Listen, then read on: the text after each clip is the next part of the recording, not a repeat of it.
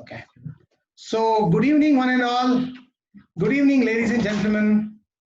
I hope you're all doing in good health and feeling very relaxed this Saturday evening. I appreciate each one of you for taking the time to attend this webinar, that too on a Saturday evening. That's really appreciable of you. And I congratulate each one of you for the interest you're taking to promote your kids in sports. The reason why you are here is because you're passionate about sports and you care for your kids. Okay, let's dive in to the webinar. Welcome to Ideal Sports Parenting. I am Vishwanath, your sports psychology coach. Before I move on, I have a set of instructions to give you. Kindly keep your audio and video on mute mode. If you have any questions, type your questions in the chat box so that I can take them in the end. If it's anything urgent, you can give a raise hand, then I can react to you. And don't forget to give your reaction like the thumbs up, the clap signal, and the like button. Okay, we are all set to dive in. Okay. There is something common between you and me. I too, like most of you, was a sport parent who was putting his best efforts to encourage my son to do well at the national level. He was a table tennis player, and of course now he has quit. The field of sports has produced thousands and thousands of champion athletes. Behind every champion athlete, there is a role of the parents. No athlete can stand up and say that I made it big without my parental support. There are a few exceptions, no doubt, but every athlete will need that parental support. And on your screen, you can see three sporting icons. On the top left is Saina Nehwal, our Indian badminton star. She's flanked by her parents, father and mother. In the center, you have Cristiano Ronaldo, the football superstar, with his mother. And then at the bottom right, you have Serena Williams with her father. And you can see the huge contribution they made in helping their children to become sporting stars. Now, let us give a big round of applause to ourselves and all the sporting parents all over the world. Please join me in applauding all the parents all over the world.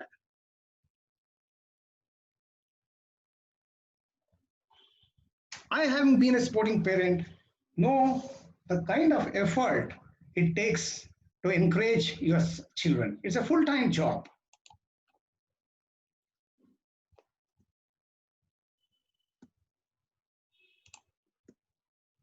Okay, your kids are participating in competitive sports and you are giving them your best support. They are putting their best efforts, but in the guise of making your kids champions, the parents sometimes can take the activity too seriously and over-involve in the activity. And it can do a lot of harm to the parents as well as to the children. We'll come to that later. Many parents have come up to me and said that they got diseases like blood pressure and diabetes after their kids took to serious competitive sport. And some of them told me that they lost a lot of hair or their hair turned gray after the kids took to sport. Very funny, isn't it? But in reality, it is true. We can do a lot of harm to ourselves, to our health and our physical condition. So sincere advice, don't take this activity too seriously. Okay, what harm can the parents cause? Then, before I go into that, let me introduce myself. I'm MN Vishwanath, sports psychology coach, mind trainer, counselor, and the author of Success Mantra in Sports, a book written on the mental aspects of sports. I was a club cricketer, having represented my employer's team and a private club in the KSA Division League. I'm now a recreational golfer. And most importantly, like you all, I too am a sports parent. My elder son played table tennis at the national level. The younger one was a cricketer. He played for his school and college team. Later he said, I've seen enough of what you and brother had to go through. I now focus on my education and my career. So he's not on to serious sport. So going ahead. Now, why this webinar? And what am I going to tell you in this webinar? First of all, I'm going to tell you the secrets of effective or ideal sports parenting and how to think, how your kids, the players, the athletes need to think like champions and why mind training is important for them. And for a very long time, I had this in mind to do a webinar addressing the sports parents because for all the effort they put in, they are the most neglected. They do so much work behind the scene, but they don't often get the credit. But they also do so much good, but also do a little harm. So I always wanted to address the parents about these things, and today the time has come. We are all interacting with each other on this subject. Now, let's do a poll.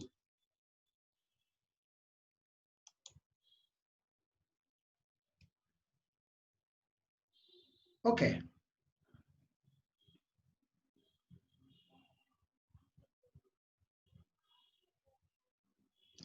Now, I will give you 10 seconds to attend to the questions.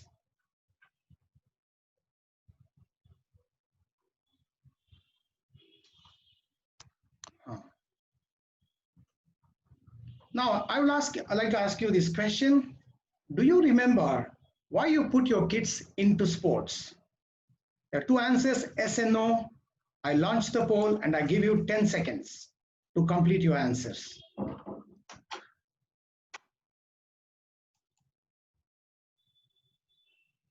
Yes. Do you remember why you put your kids into sports? 10 seconds, I end my polling. Okay.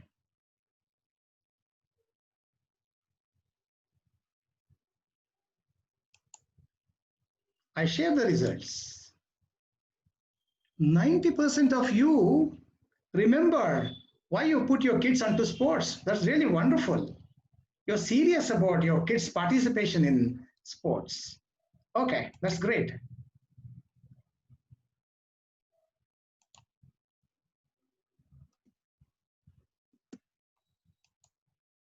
Okay, this is a question I had for you. You have gone back in time and you were able to recall why you put your kids into active sports, sport and physical activity. There may be several reasons, but in general, why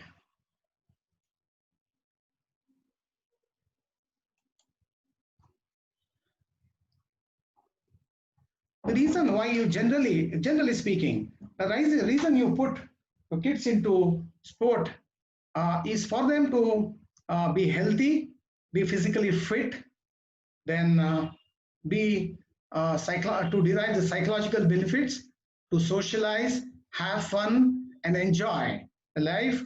So, and the second reason was you didn't want them to become couch babies, sitting on the sofa and playing with their video games and eating junk food. So you wanted them to go out and play, run around, have fun, and be healthy and be fit. This is the most likely reason. And in some cases, maybe you yourselves were good athletes and you wanted your kids to be good athletes also and achieve more than what you did in your life. So, moving ahead, now you encourage your kids, you don't leave any stone unturned in helping them achieve and progress. Now, you send them to the best academies under best coaches, then you put them on to strength and physical conditioning coaches, and you consult with the nutritionists or the dietitians as to what food they have to take pertaining to their sport. Fair enough. This is all important. But you are leaving one important thing out of this equation, and that's the mind. You see on your screen, Novak Djokovic is pointing out to his mind. That's what he's indicating. Don't leave out your mind from the equation. Now, they say at the highest level, everyone is equal physically and skillfully. The one who is confident, cool, calm, relaxed, and mentally tough is the one who is going to go on to win. Mind decides whether you win or you lose. Think of it.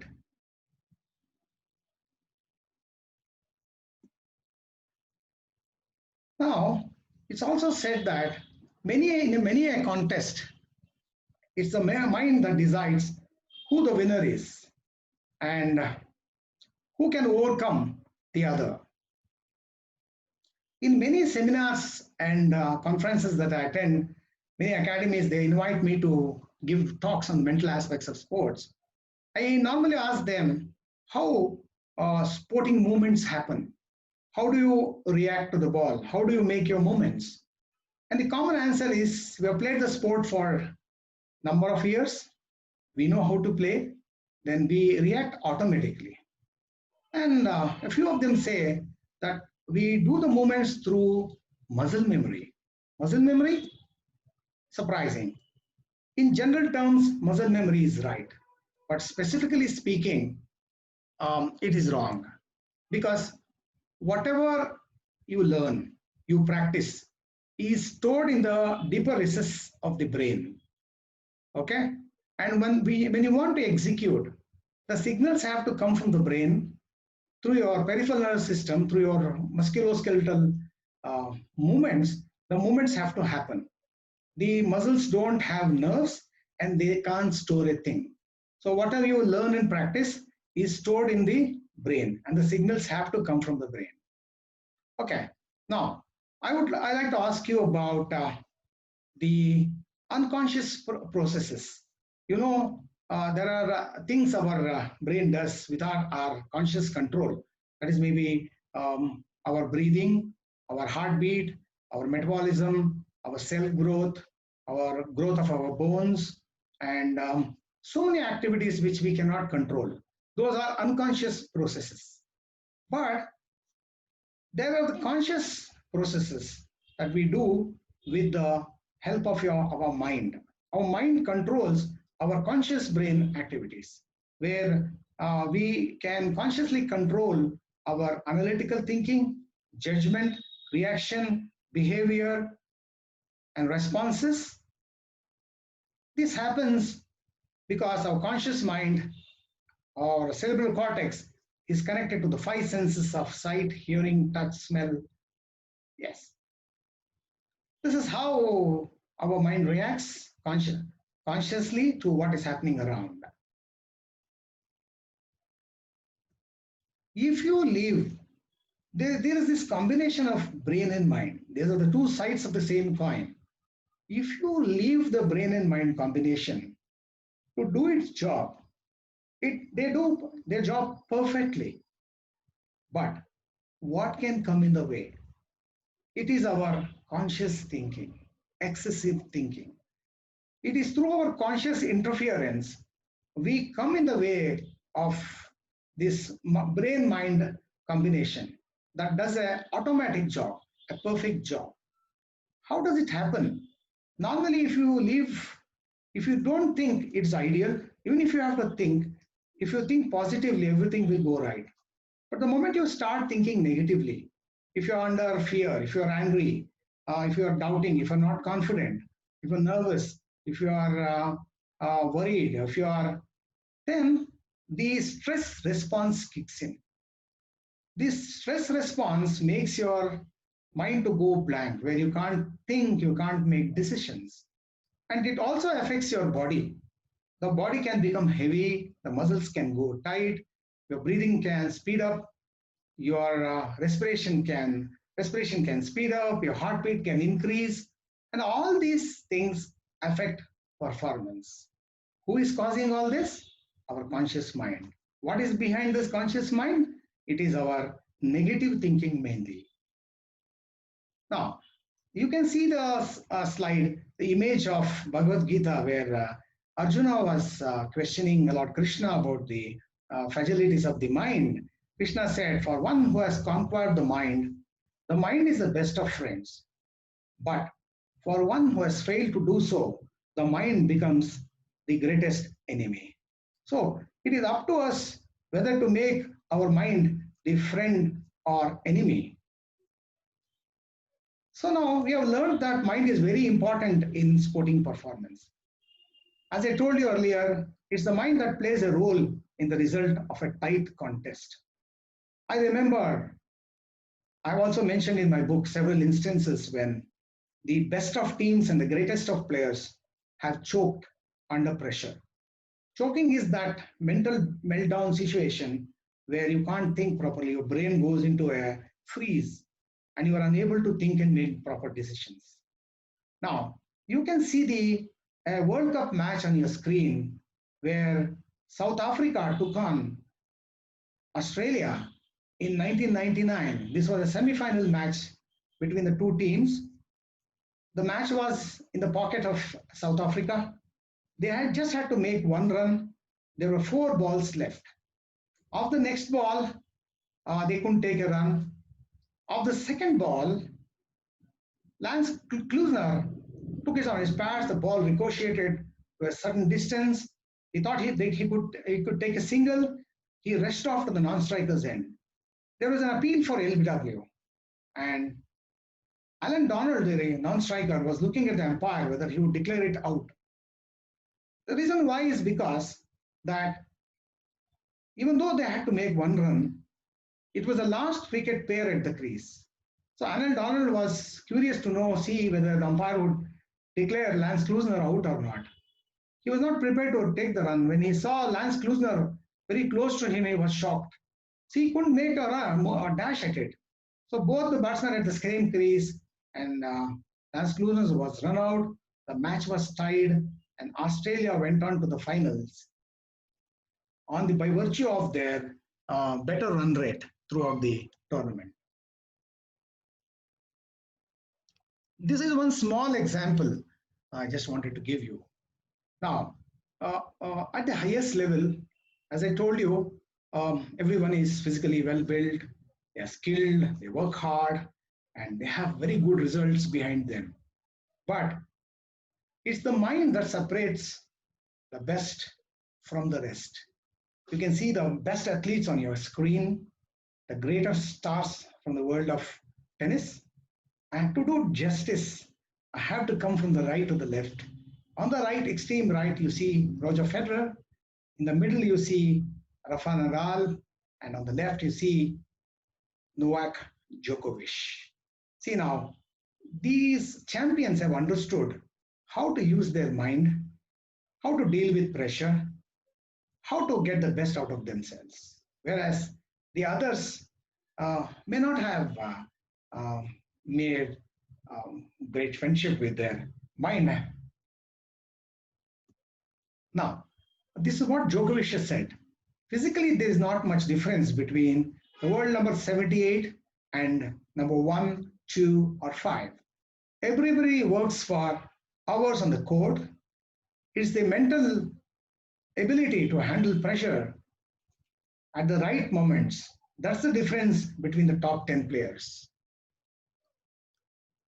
I'll just take the chat box away so that I can see the full screen. Yes.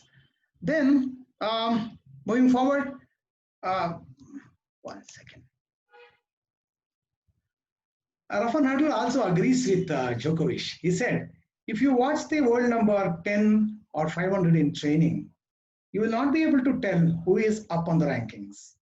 Without pressure, they will move and hit the ball the same way. So what he means is that handling pressure is very important here. One is able to handle pressure and the stress of competition will move and hit the ball well, but one who cannot will not make it. So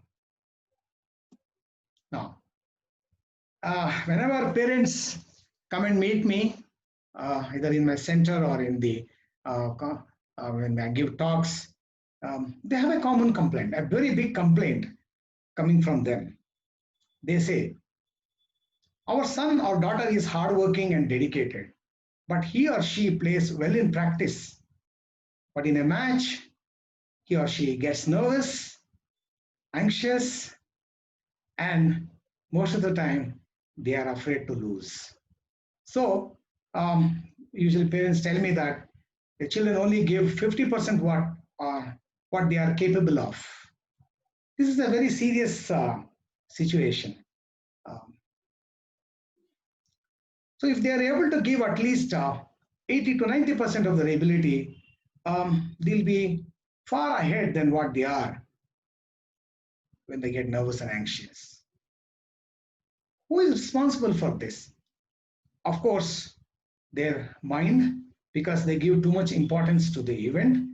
They are afraid to fail. Oh, it's their mind. So athletes need to control their fears and their emotions. That's when they'll be able to progress as they go higher up on the ladder. There are four major emotions that's experienced in the field of psychology. That's the first one is the most dangerous. It is fear, anger, sadness, and joy. The first one is the most dangerous, as I told you. All your anxiety, nervousness, pressure, worry, panic, choking, everything falls under this fear. Okay?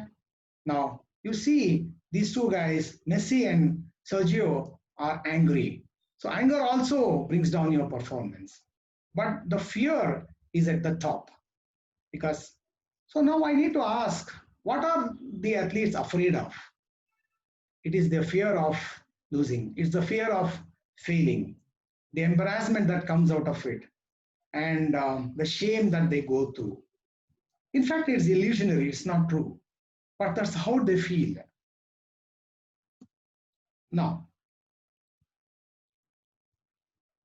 before I come to my personal journey, I would like to show you this image where I'm standing with um, Man Brockman, who is an Israeli player and coach. He's now in India.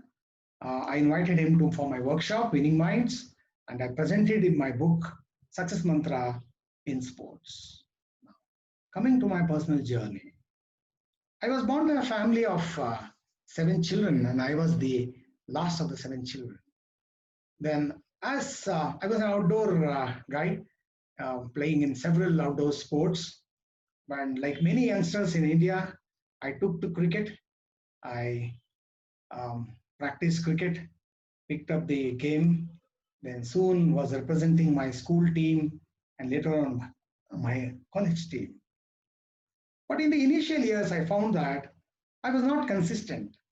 I used to get out quickly to rash shots and I used to become very nervous, anxious. And there was also a reason for this. When I was 15, I lost my father and I had to depend on my elder brothers for my support. And ever since I was low in self esteem, my self image was down, my confidence was down. That affected my activities. So going forward, I was confused. I was at wit's end as to why this is happening. Then I learned that the mind was the villain. So I had to work on my mind, and then I understood what I need to do to become successful. And up till my 50th year or more, I continued my uh, cricket, and I was very successful opening batsman at that. Now, let us conduct a poll. Okay. Now, we are still in the previous poll. Is there a technical glitch? Relaunching the poll will clear existing poll result. Do you want to continue? We'll come to the next poll. Kindly bear with me. Yes. Okay. Now, I bring to you this question.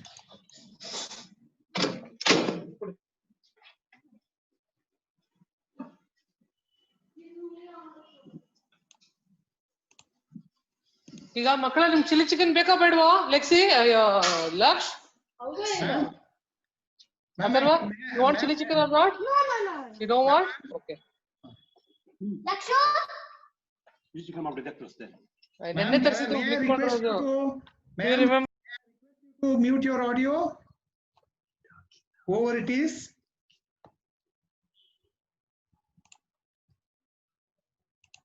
Yes, there's some technical glitch which is being sorted out. Kindly bear with me.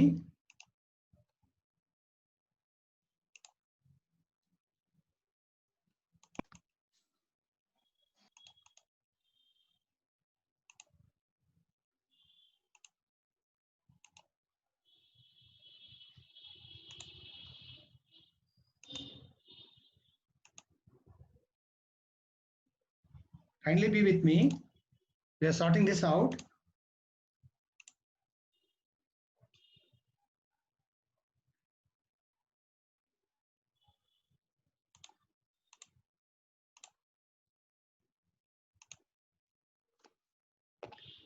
Yes. Now, my question is, do you think mind is important in sports? Okay, I think you have given your answers. Very nice. I'll end my polling, and we can see all of you agree. Oh, yes, that is half my job done. Okay.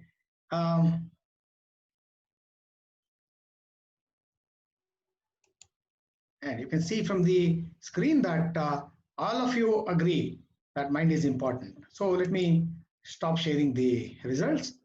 Okay. Now, going ahead.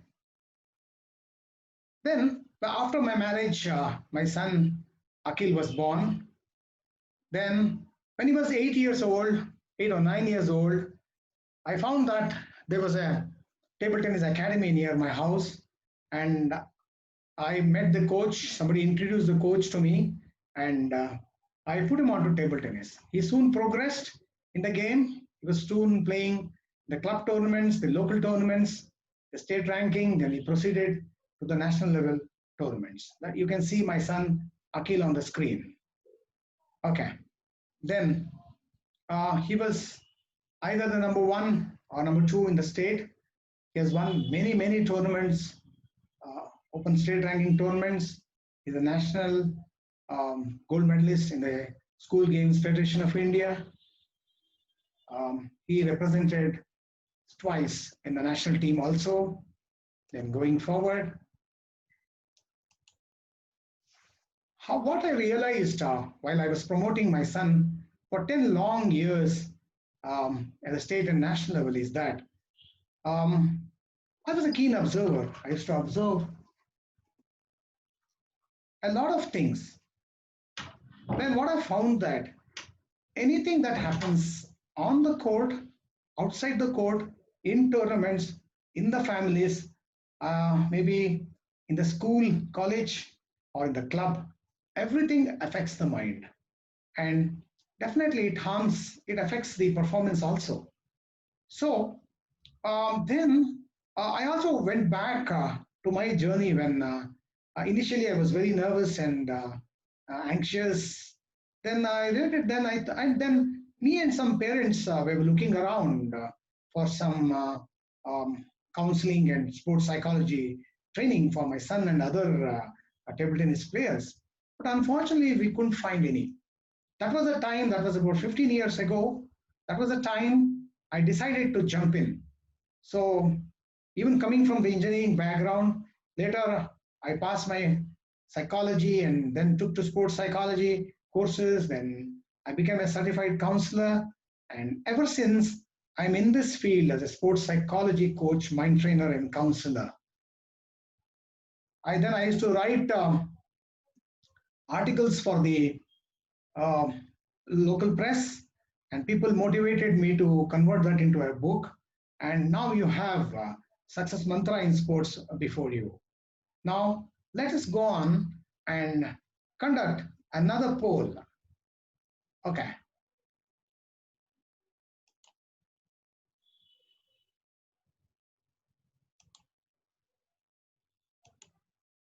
I want to ask you this question. Do you think you are ideal parents? 10 seconds. Answer is a yes or a no. Okay. Are you ideal parents?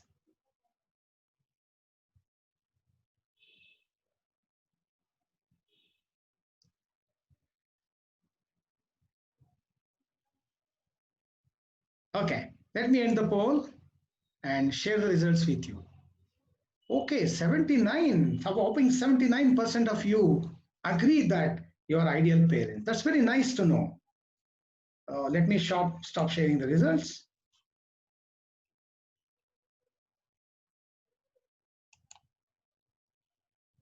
Yes.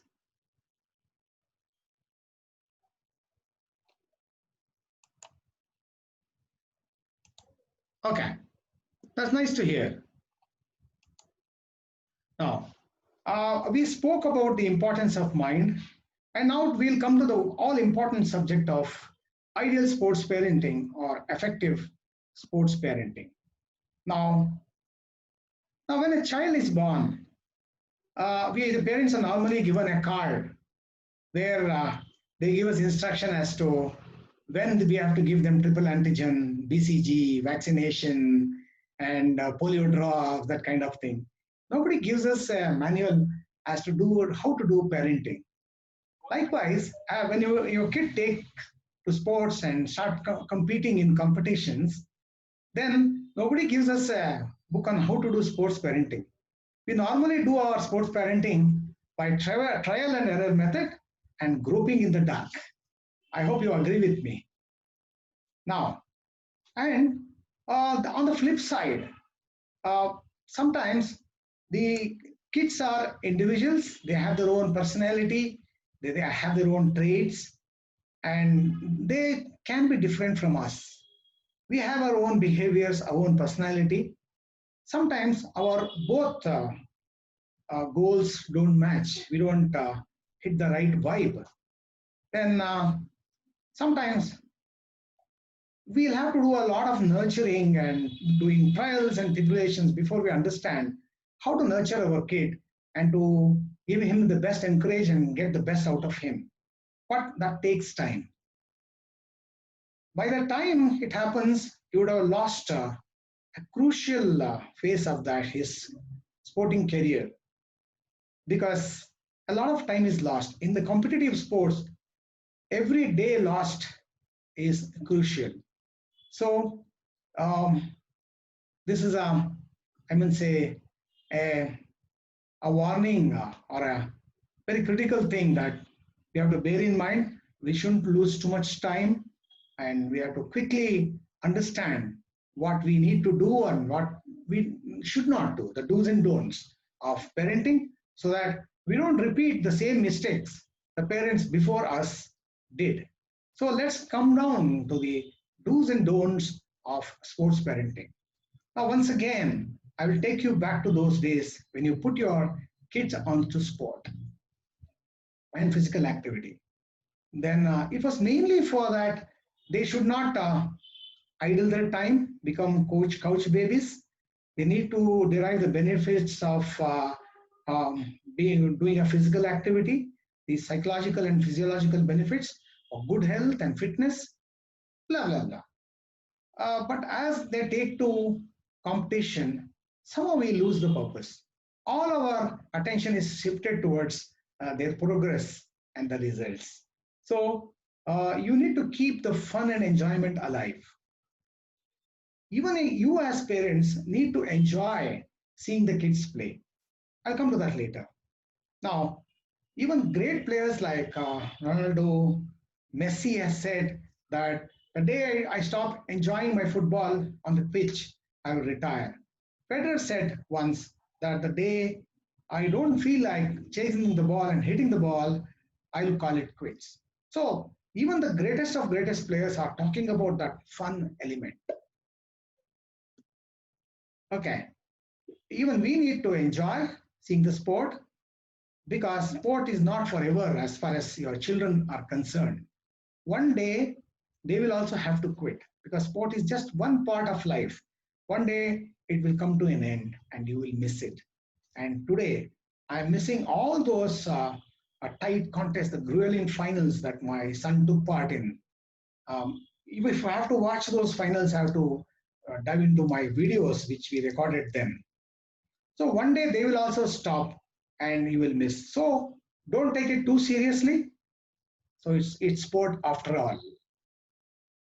So please don't take it too seriously because it can cause a lot of harm.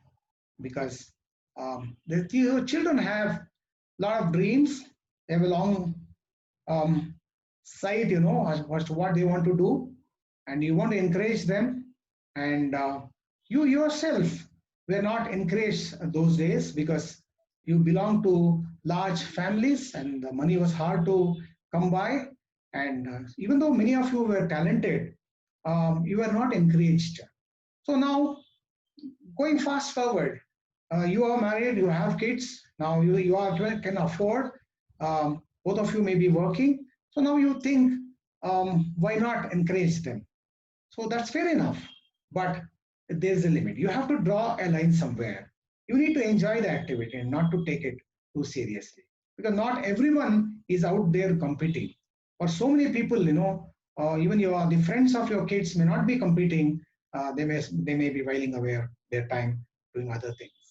So now, and at best, you can be good, supportive parents.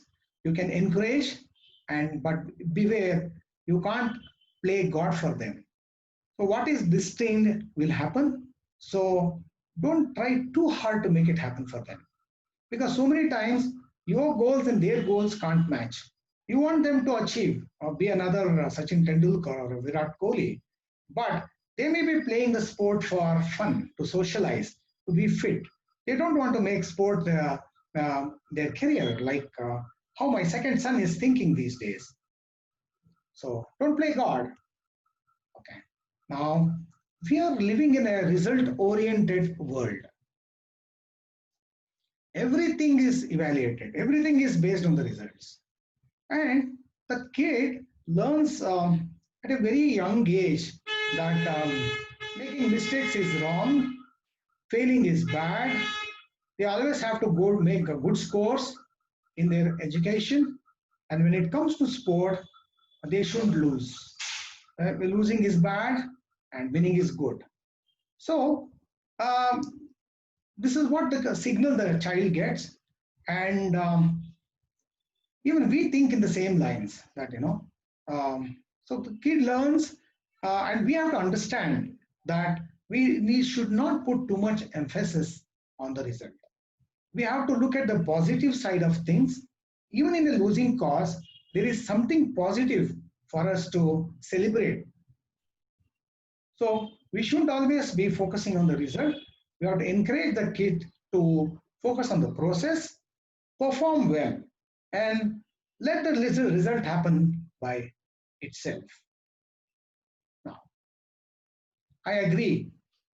After all that you do, you work tirelessly behind your children. I know I have gone through it myself. Both parents work so hard. Usually, it's the mother that takes the child all over the country for tournaments, and the father is left behind. If there's a second child, it's very difficult to manage the second child. We went through that in our own house. Then you need to put in a lot of effort, but sometimes you don't get the results you wanted from your kids. So I always tell people that they are not mutual funds or shares or some investment bonds to give you the profit that you ask for. Because as I again repeat that their targets or their purpose may be different from yours. They come to the earth with a different purpose. So it may not match. So don't put emphasis on the result, enjoy the activity, and when the children makes mistakes, sometimes silly mistakes as that, we get so irritated that we want to shout at them. We want to criticize them. Yes, we have all the right. And parents normally tell me, they are our kids. We know what is good for them. Why can't we criticize them? Fair enough. But there is a way. Because if you over criticize them and don't criticize them constructively, it can harm the relationship you have with your kid. So when it comes to criticism, as I told you, many parents can't stand the sight of the kids losing a match. I have seen so much of this drama myself. I've seen kids shout at the parents. Sorry, parents shout at the kids for missing a easy point, make a silly mistake, losing the set or losing a match, and that's not fair. They abuse the kids verbally and or physically too. You can see from the photo, there's a dad ready with the stick.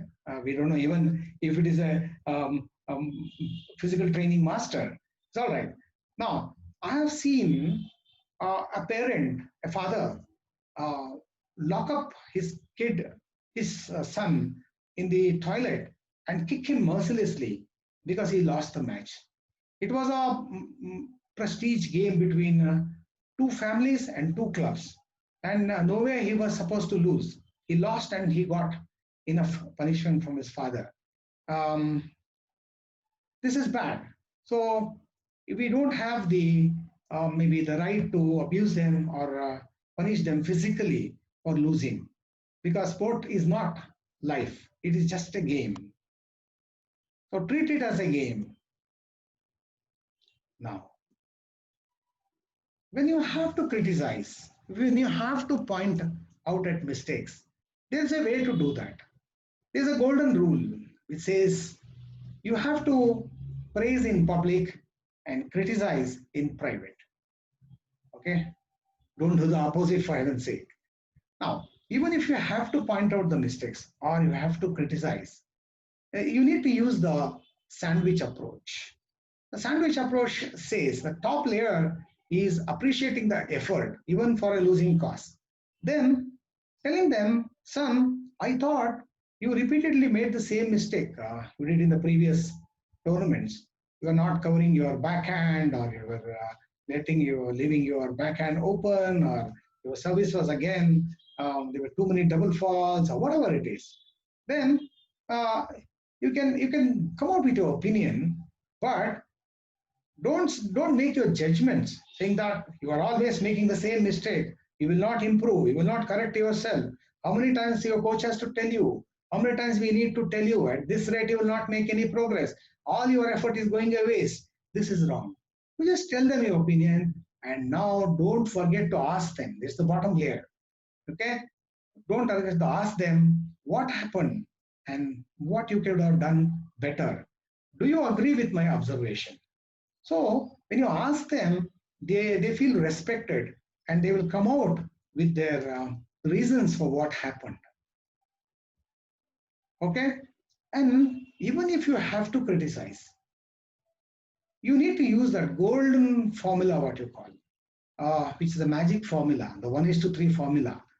For every criticism you need to make, you should have praised them at least thrice for different things recently.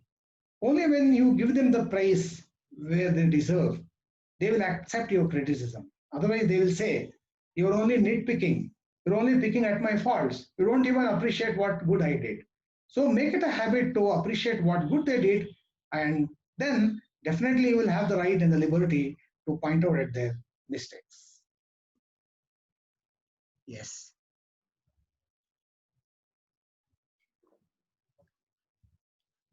Now, ask and don't tell. When the kid is born, as they progress, we need to tell them, and we keep telling them more than it is required. Don't do this, don't do that, don't go there, it's dangerous. Don't do things, uh, do the things that people appreciate, don't do these things. Uh, and we keep telling them till a certain age. And when they come to a certain age, then they don't appreciate us telling all the time. It is when they are always want to be respected. So it is when they cross a certain age, you need to ask them.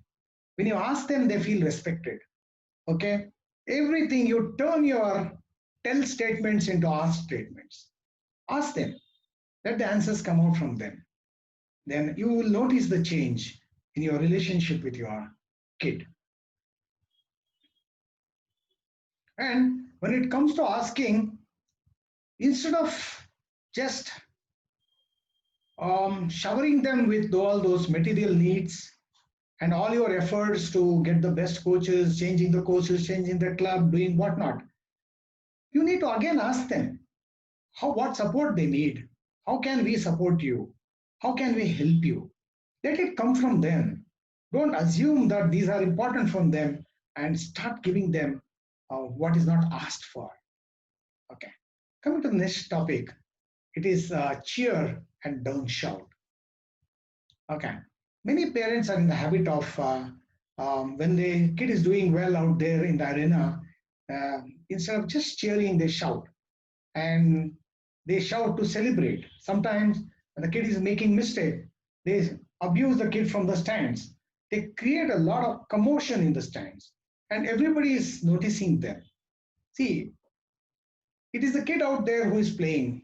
We can't do anything. If a kid is doing well, you can always have the liberty to cheer and feel happy, but you shouldn't demonstrate vociferously in front of everyone. I've seen parents shout for making mistakes, abuse them from the stands, and everybody is noticing. You need to be ideal parents in this. You need to set an example. Like charity begins at home, good behavior also begins from home. Now, yes, I'll bother with you with a lot of polling today. We'll go to the next poll.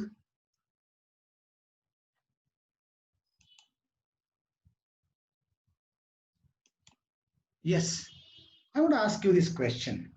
Do you coach your kids from the sidelines? As usual, 10 seconds.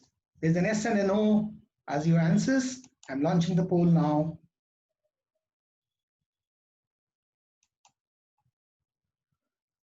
Yes, again, another technical glitch. I don't know why this poll is yet to launch. Okay.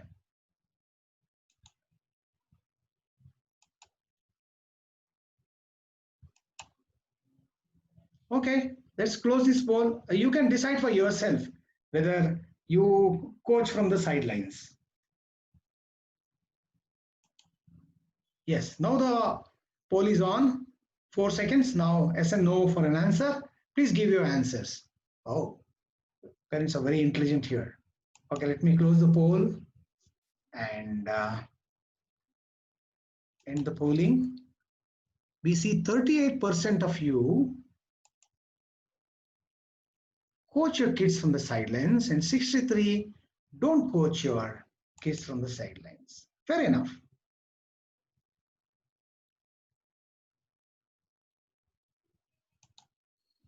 Okay, but see, when once you put your kid onto your coach.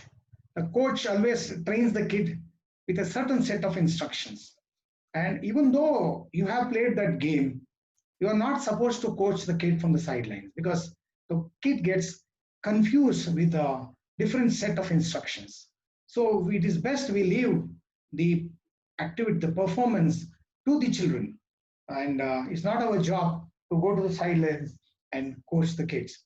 I see parents who have not even played the sport stand in the silence and start giving the parents instructions, and the kids don't like it.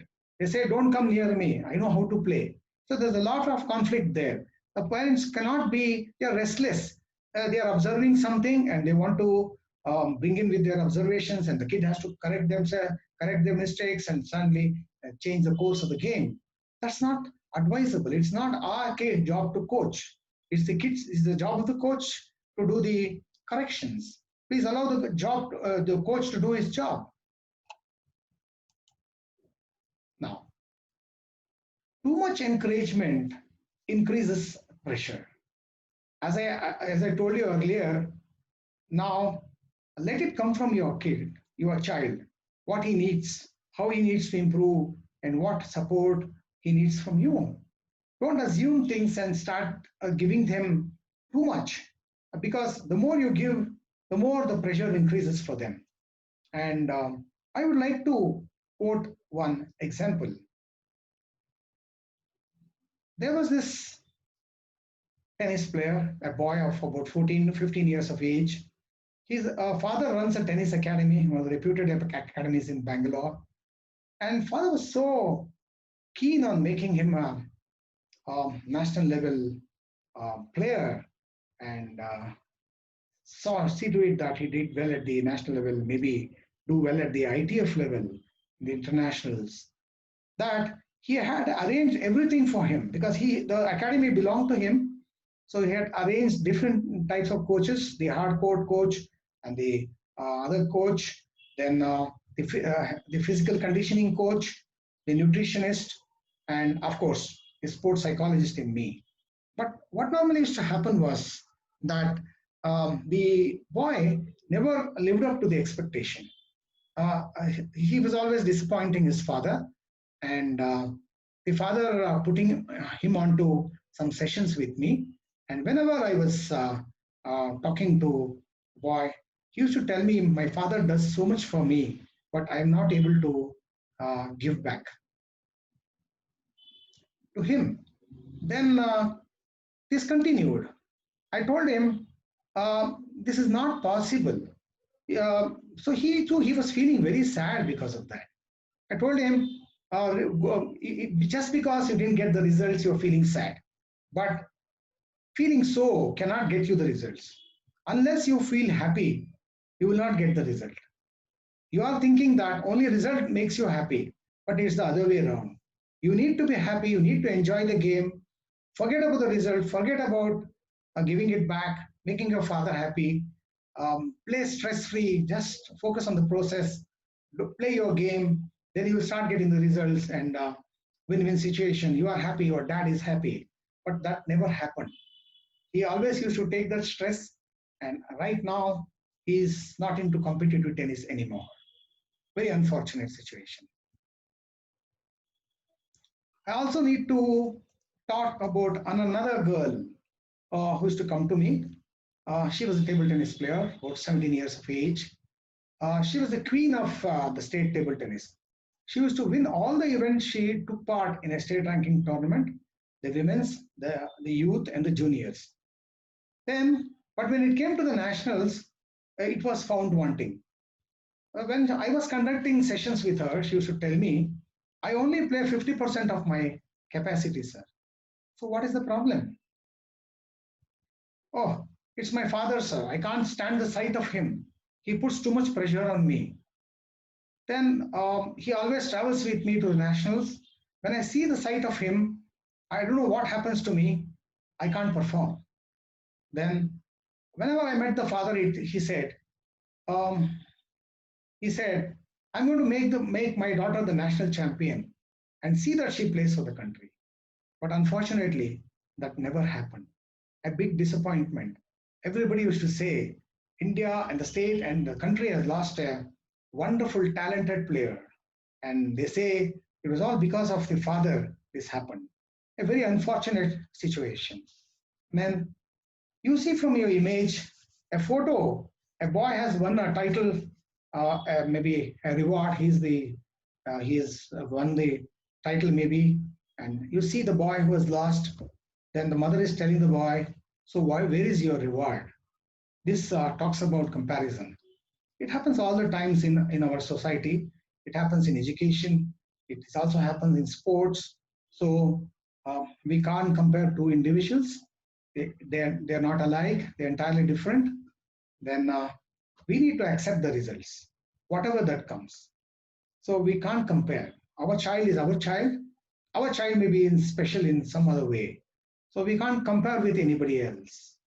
So let's stop doing this comparison. Again, I will bother you with another poll.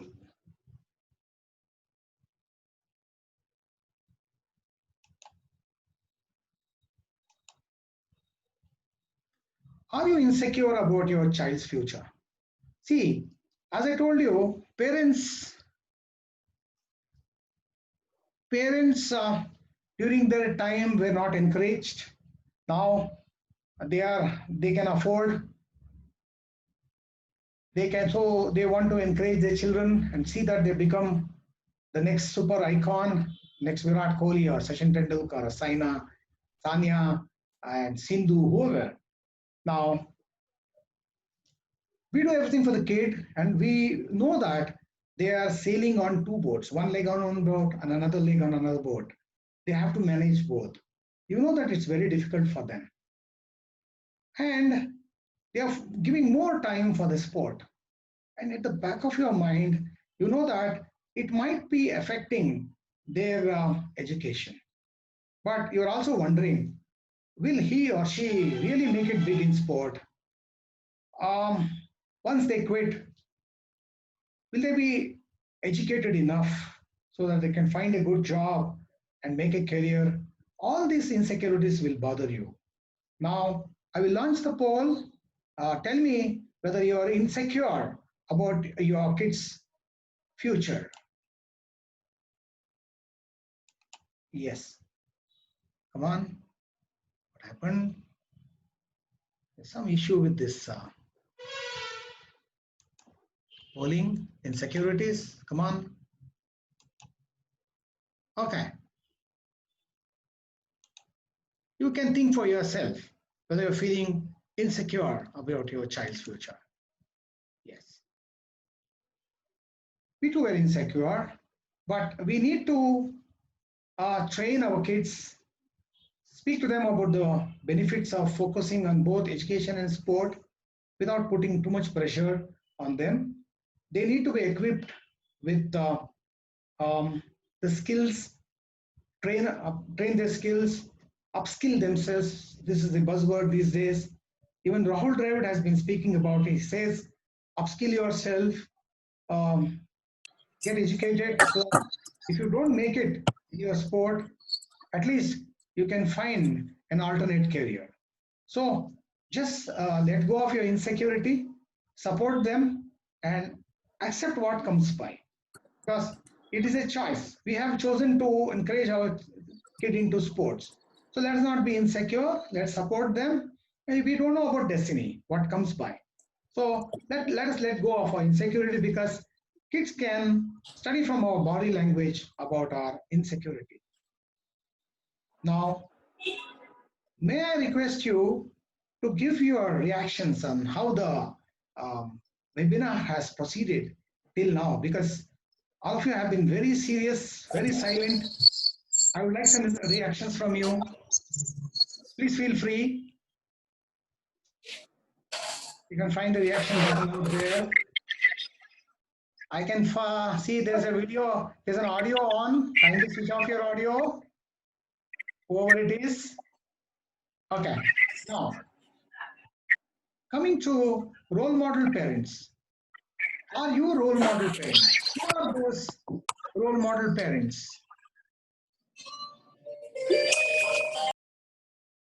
there is a, yes.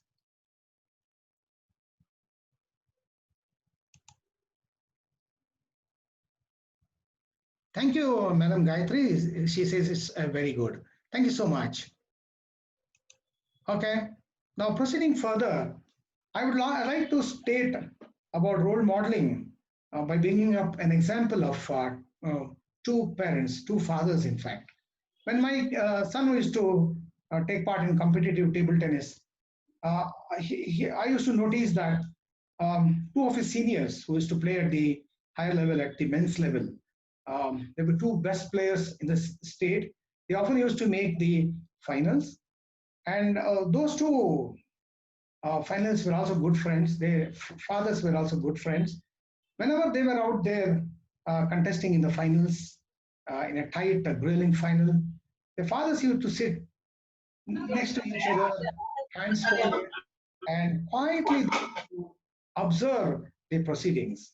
Everyone was surprised where the rival parents sit across the court. They look at each other as the enemy side, and sometimes they get into some kind of verbal battle and some kind of unpleasantries. But these two fathers used to sit quietly and observe the game as it progressed. Then I asked them once, how can you both sit, be so calm and patient when your two sons are battling it out there in the middle? They said, we are good friends. It is they who are playing in the middle. What can we do about it? We can't change the course of the game. So let the best player win on his day.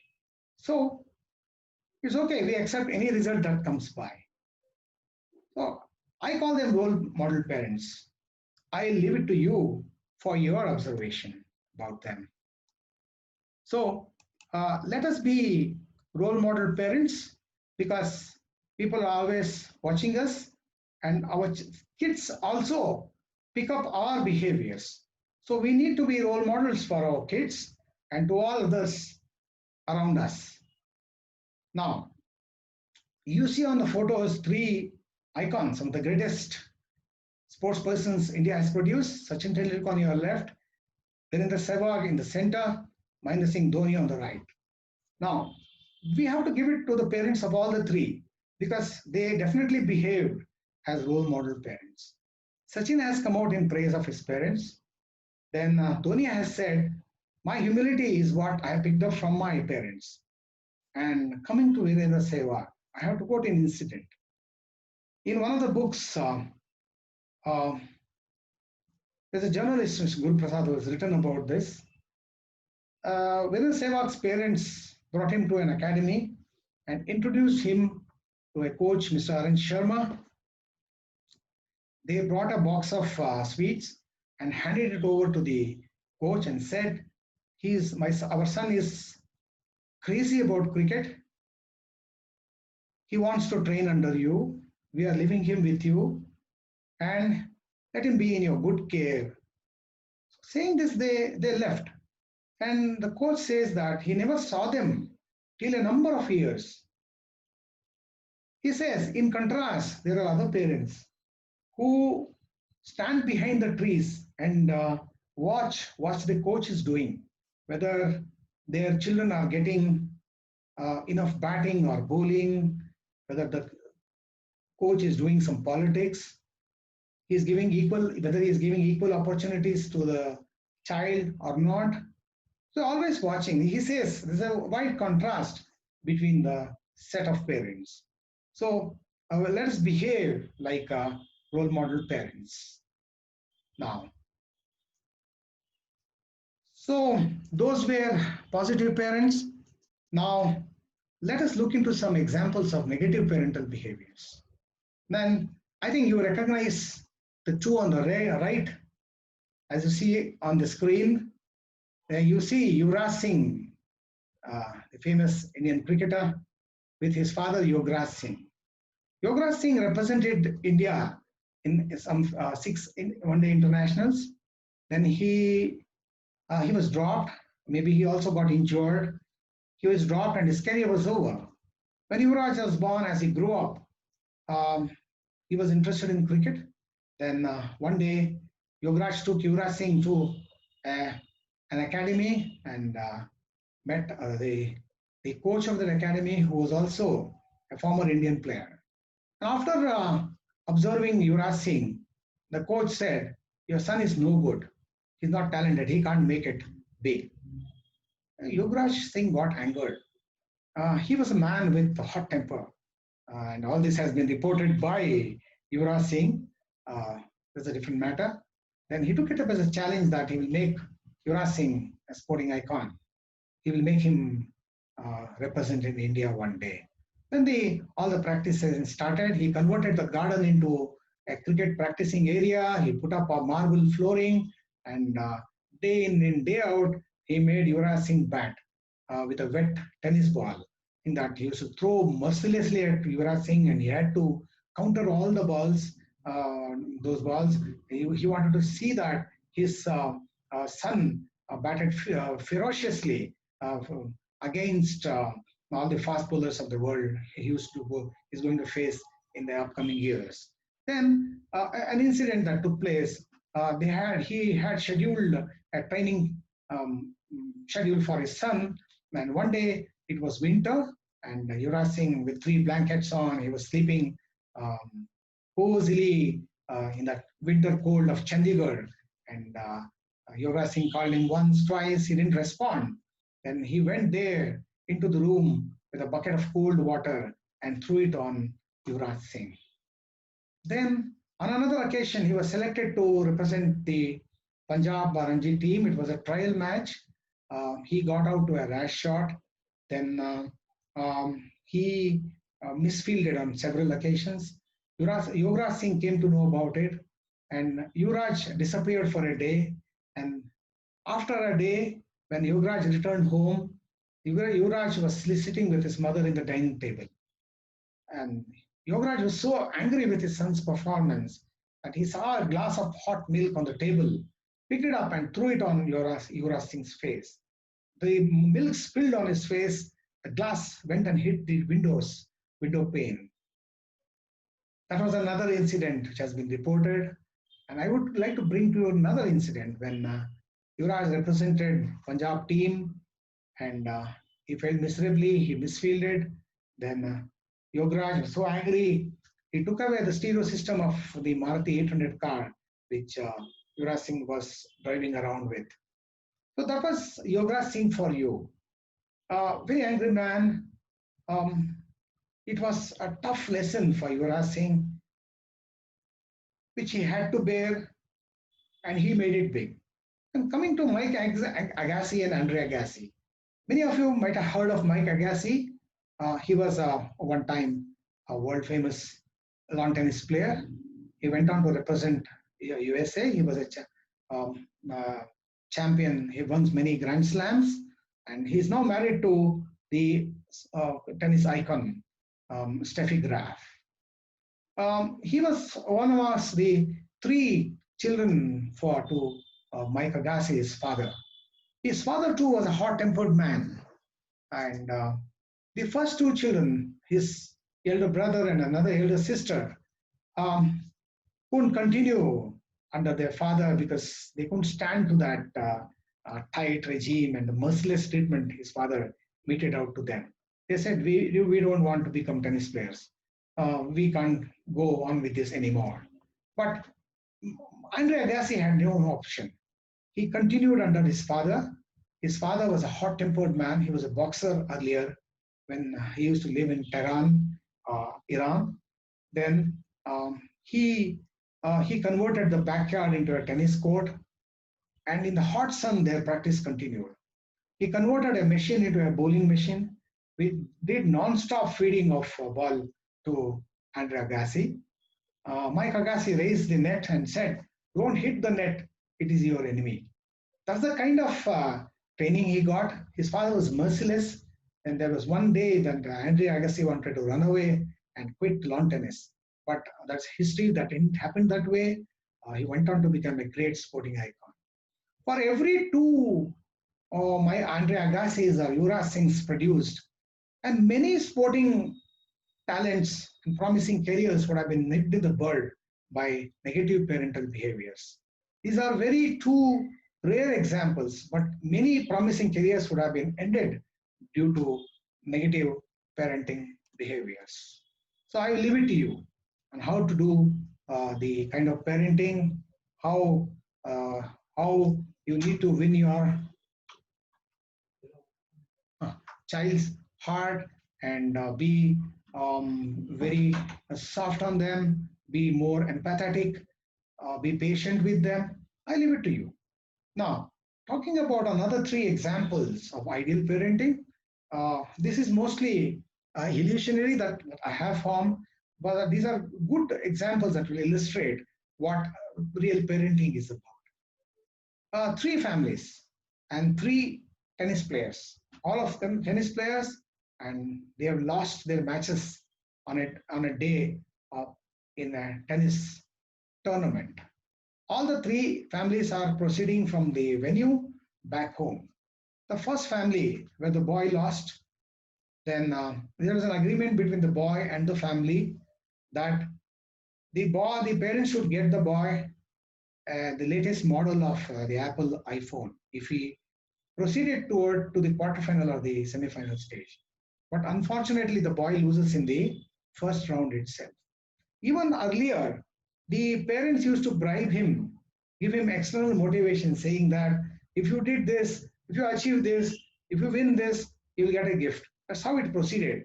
All he did was for those that external motivation, the prize, rewards, uh, then all that kind of more the materialistic thing that comes from outside.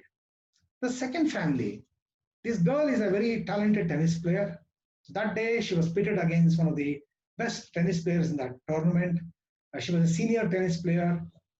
This girl lost, but she took a set of the senior player and she made the senior player fight for her points. Even though she lost, everybody appreciated for her performance.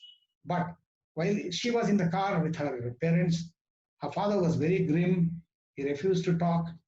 Her mother, who normally celebrates her victories, calling up different families, friends, and relatives, saying that celebrating her victory today was very grim and reluctant to speak.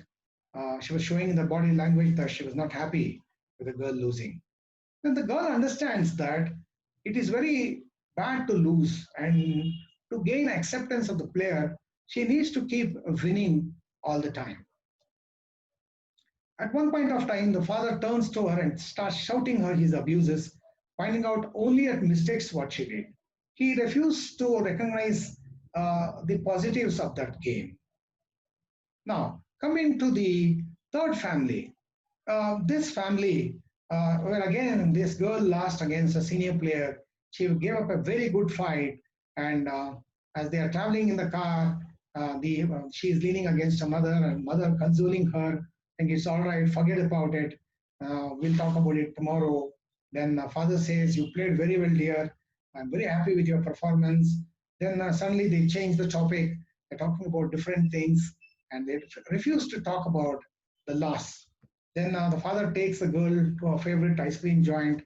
The family enjoys that ice cream, and they return home.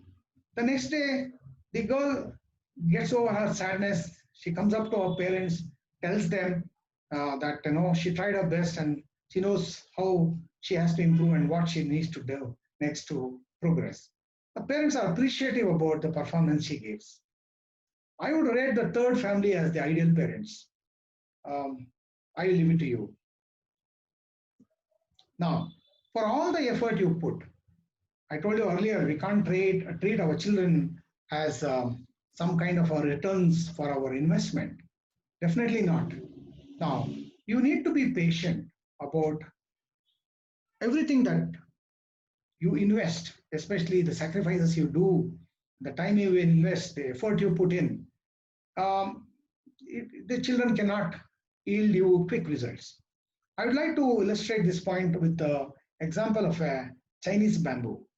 It is learned that for a long time, the Chinese bamboo doesn't show any shoots after the seed has been planted. And when you think that the plant is out dead, Then the shoots appear. In a very few months, it grows to tall to a height of 150 feet. So this can happen in many examples. In the case of many youngsters, sports players, they may take time to produce results because in many games they need to grow, mature physically, they need to get more stronger, mature mentally, need to understand how to handle pressure and emotions, and then they'll start producing the results. You need to be patient about till it happens. You can't be in a hurry. So I leave it to you. Now, you need to keep your hopes alive for all that you have put in, all the effort you need to put in. You should not give up hope. Keep playing till this kid says, I can't do it, I'm going to quit. You need to keep your hopes alive. Speaking about hopes, you are seeing three medals out there, the gold, the bronze, and the silver. I'm a live incident, a personal experience when it comes to these three medals. My son was participating in the table tennis West Zone ranking tournaments at Thane. I was accompanying my son and three teenage girls who also played in the same club. We parents had made an arrangement that not everyone should travel with the kids. At least one or two families will take the other kids also with them. It will save the parents from applying for leave and putting in too much of effort because not every parent could afford traveling by air all the time. So that was my turn, and I was accompanying my son and three teenage girls who took part in the West Zone tournament at Thane. After finishing the tournament, we had to fly to the northeast, to Icewell, where they were supposed to take part in the Schools Games Federation of India tournament. A medal in this tournament entitles you for a seat for your engineering or your medicine, to pursue your medicines in MBBS. So, okay, now we were supposed to fly from Mumbai to Calcutta via Bhubaneswar. And from Calcutta, we were supposed to fly to Icewell the same day. So we boarded the flight, and soon the flight landed at Bhubaneswar. Passengers got down, passengers came on board, and soon the doors were shut and the plane was speeding up on the runway to fly to Kolkata. Suddenly there was a screech of brakes. There was a loud sound and the plane swerved and shook a little bit. Everyone screamed, unable to know what was happening. After a few seconds, the pilot came on air. He said, "Dear passengers, don't worry. We have been hit by a bird and now we can't proceed any further. We have to go back for repairs. The engine, one of the engines is damaged." So we went back. They continued with the repairs, and this was around 10 a.m., I suppose. We were supposed to reach Kolkata soon afterwards, in about another 20 minutes time. And then we were scheduled to board the next flight to Icewell at 12:30. Then from 10 o'clock, the repairs started, and even till 12 o'clock, the repairs were not over. Then somebody had to come and certify that the repairs were carried out in accordance to the safety standards. Then our flight took off again. By the time we landed, the connecting flight had already left. All of us were disappointed because it was very difficult to reach Icewell, which was in the far east corner of the northeast region of India. Then I went to the booking counters and checked whether there was any other flight on the same day. I was told that all the flights have left for the day, and even for the next day, for the next day's flight, all the tickets were booked. Then somebody told me that you can try flying to Silchar in Assam. From there, you can proceed on road to Icewell. Okay, I checked, and they said there are no seats left for Silchar for the next day morning. Then there was no hope. Then we pleaded with the booking counter. The lady was so generous. She said, "Sir, we have 6 seats for the VIPs. Just plead with the airport manager. See if then he can give you those seats." So I took the kids with a bouquet in hand and a box of sweets. We met Mr. Paul, the airport manager, chief airport manager, and we pleaded it there with him. And he was so generous. He spoke to someone and said, "Yes, I will manage to give you the 4 + 1, 5 seats you want." So we soon booked for that flight, and the next day morning we were seated in the aircraft. The flight was supposed to take off at 8:30, but the previous day evening, the introductory function of the tournament had already happened, and on the second day, the same evening, afternoon, we were supposed to be there for our matches. Okay, I think we could make it. That was our idea. Then, even after 8:30, 8:45, the flight didn't take off. I checked with the crew, and they told me that the aircraft had developed a snag. Oh no, a snag, and the girls were terribly disappointed. Then they said, "Why, uncle, all this happening? Okay, let's pray to God and see what will happen." Then the flight finally took off, and we landed at the Silchar airport. Then, after landing and when we came out, many taxi drivers rushed towards us. May I interrupt? May I request a family who has been where audio is on? May I request them to mute their audios? It might disturb the other participants. Thank you. Now, then the one of the taxi drivers told me, "Sir, where are you? We are 1.5 hours away from Silchar town. We have to go to Silchar town, and from there you have to reach Aizwal by road. And I can't come to Aizwal because that's a different state, and I don't have the permit for it." So after 1.5 hours later, we reached Silchar town, and on inquiry, I found that there was not a single vehicle available to go up to uptown to Aizwal. They didn't have the permit for it because there were 3 major events happening there. It was Christmas time, it was the school games, Federation of India games, and a national football tournament was also taking place.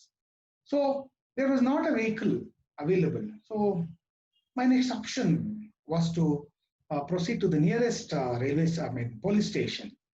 I spoke to the sub-inspector who called a taxi agency person. Can they arrange a taxi for these people? They want to go to Iceland. He said, "No, sir, not a single vehicle is available." But he said, we were totally disappointed because we couldn't even turn back and go back home because we were caught in the no man's land and we didn't have the tickets to go back home too. Then the taxi agency person told me, "Sir, give me your cell number. I'll call you back." And after half an hour, we proceeded to have a cup of tea, and then there was a phone call. Just when we had given up hope, the taxi agency person said, "Sir, there is a Tata Sumo available. It's undergoing some minor repairs. It will be there in half an hour." Oh, we breathed a sigh of relief. We had given up all the hope, but now hope. It was then I remembered Mita Zinindlu's quote, which said, "I had almost given up hope till hope shouted at me, help is on the way." Yes, that taxi agency person came to our help, and we had a vehicle available for us in the next 20 minutes. So in the meantime, the kids had not eaten anything. We went to have some grub. We went to a tea shop. We had some bread, samosas, sandwich, and tea. Then the shop owner asked me, "Sir, where are you heading?" I told him everything. He said, "What, you're going uphill to Aizwal?" Yes. He said, "Sir, you're taking 3 teenage girls with you. That's a Naxalite area. It's a very dangerous place. It will be night by the time you reach there. It's very risky." But I looked around, I didn't see the girls around to hear this news. And I felt very terrified. But there was no way out. We had to take this chance. And then few minutes later, we started on our journey. And I have to say something about the driver. I don't want to be judgmental because this driver turned out to be a gem of a person. But his appearance showed that, ah, yes, oh, what? He's look a little bit, I don't know how to say, but somewhat it made us get our own fears because he was not friendly, he was very gruff, he was tough to speak, he was a little angry young man. But yes, I had to pin my hopes on God and we proceeded. It was about afternoon time up the hill. It was a narrow, hilly road up towards Silchar, up towards Iswell, and then suddenly there was a traffic jam.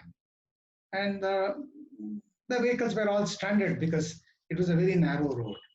The driver got down and went on to inquire. A few minutes later, he came back and said, a tree has fallen and we are stranded here. We don't know when they will clear it.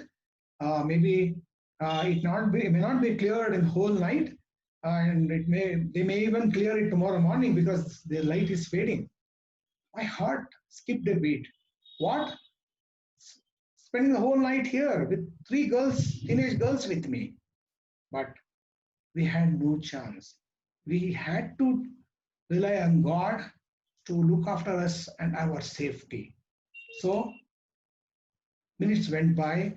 The girls were very sick because of the vehicle traveling on the hilly area with so many curves. They had already nauseated so many times. They were puking. One of the girls was sick. Another girl had fever. Another girl had a severe headache. And there was no way we could get out of this problem. I consoled them. And 15 minutes later, the traffic began to move. Oh, we were so relieved. Then we were on our way again towards Iceville. Then the vehicle had to negotiate so many bends and curves. Just then, I recalled Helen Keller's quote that said, a bend on the road is not the end of the road unless you fail to make the turn. So we didn't fail to make the turn. We negotiated the curve, faced our adversities, and we were on our way.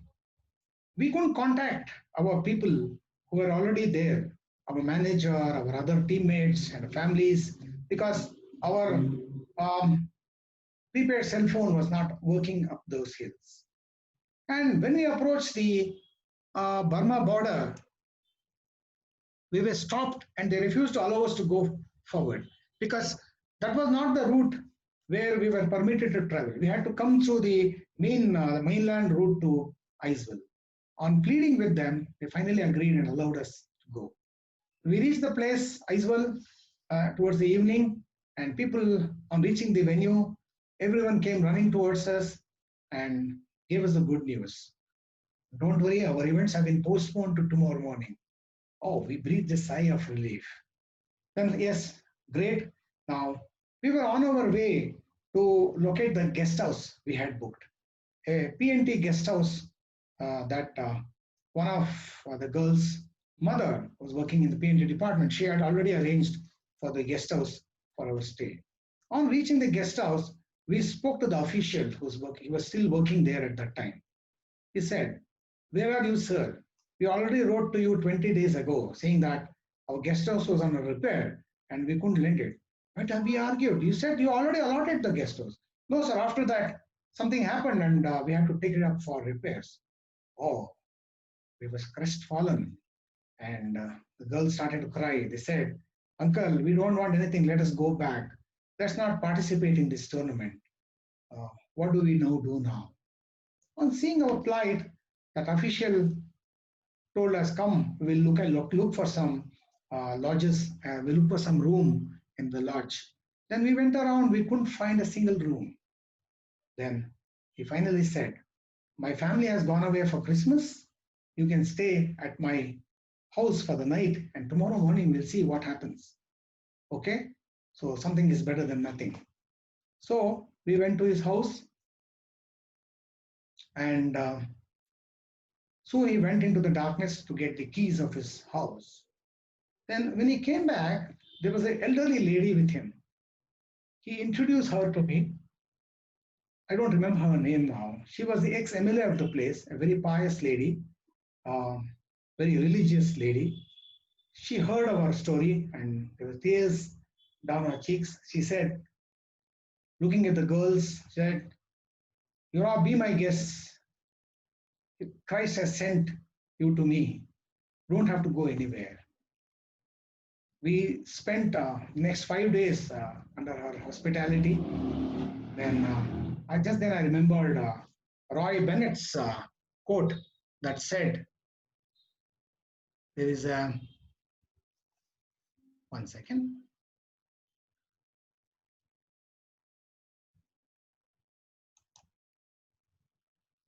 There's a chat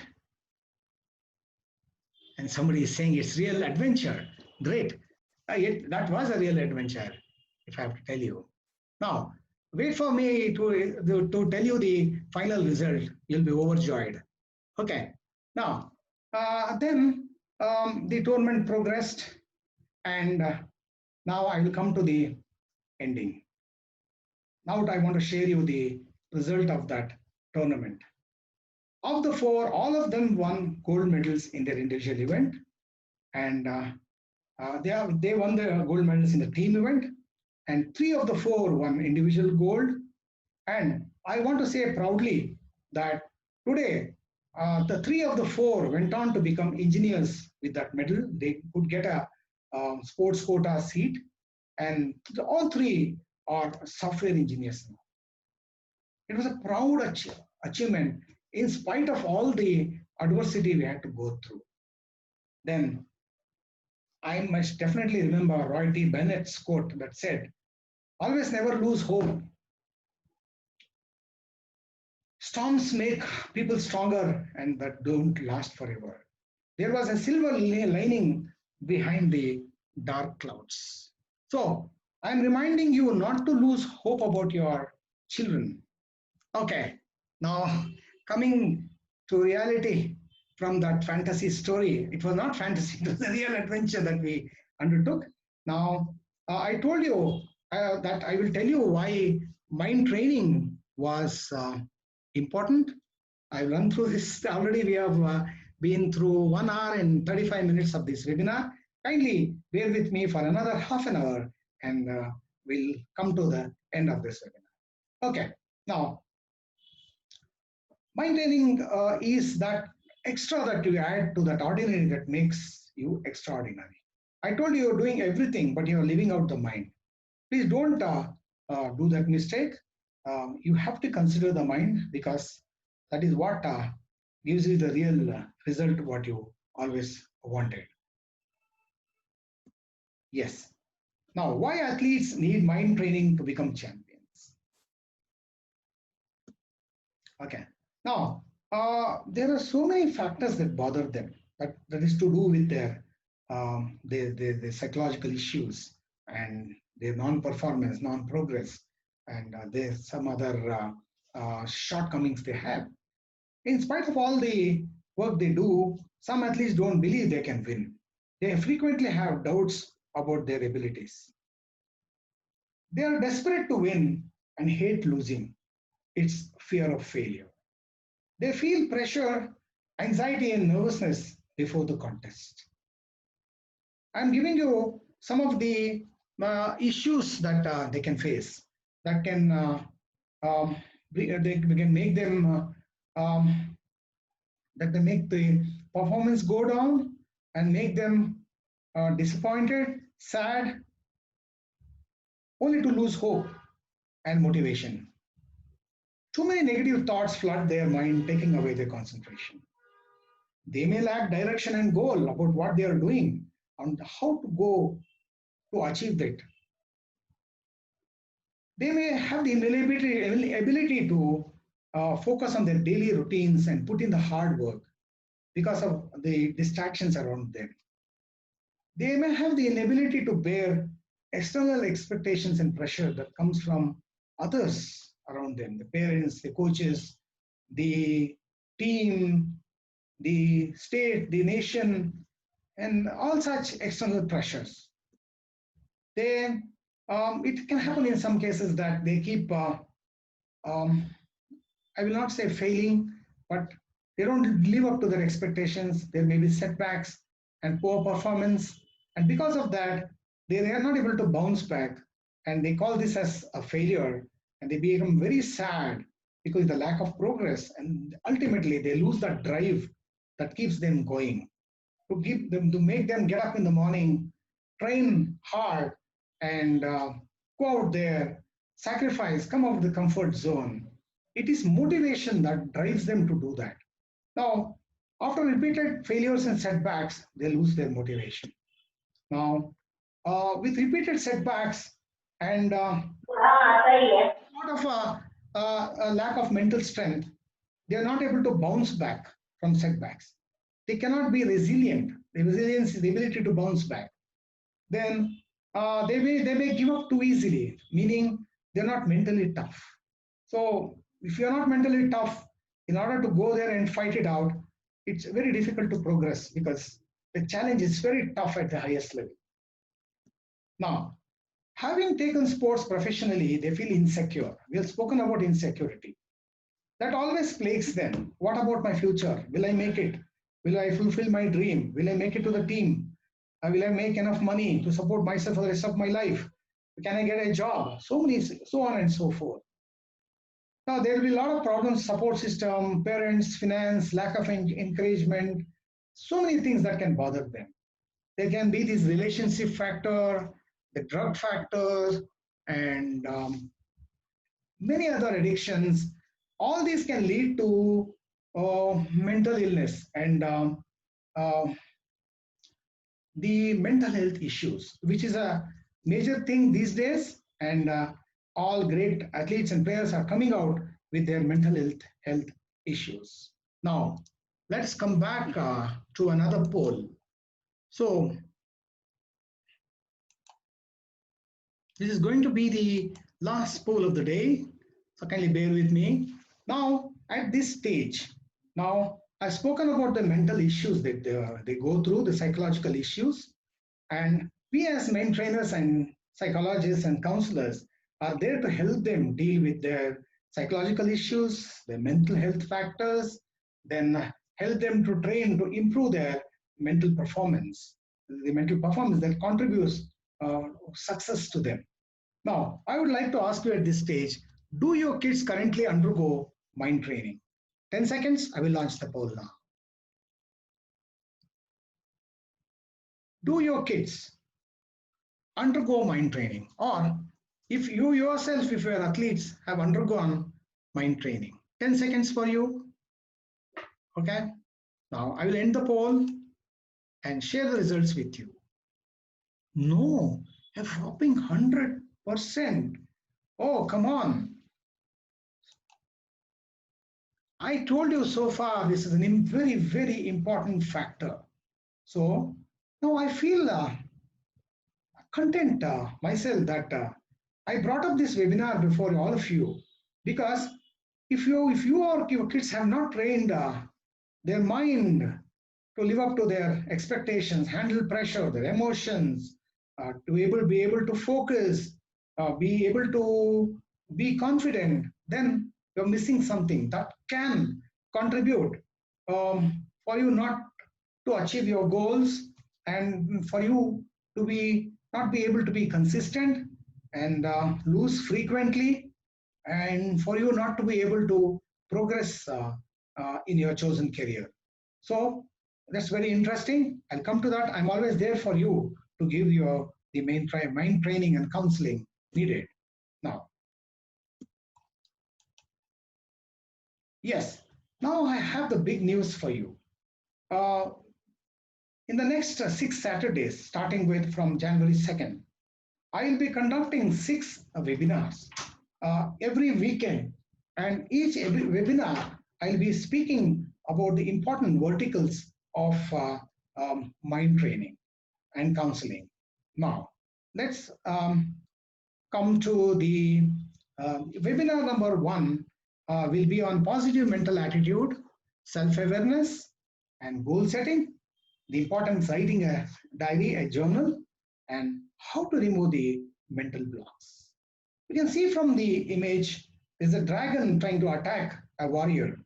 Okay, we heard in so many of the stories, fables, and folk tales how dragons safeguard, the treasures and so many other things.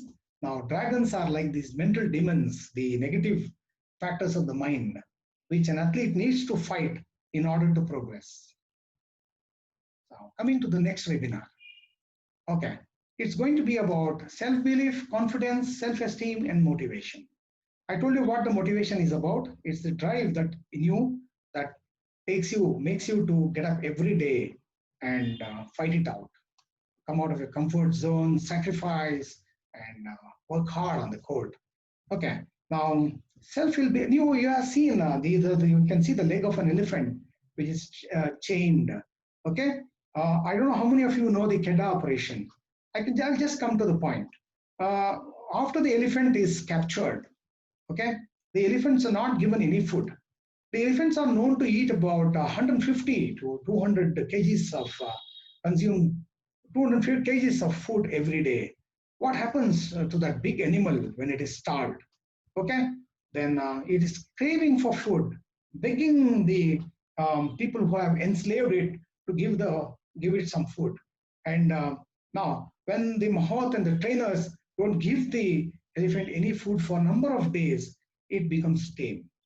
Okay, now after that, it becomes so tame that it doesn't believe in its own strength, that it has enough strength to break the shackles.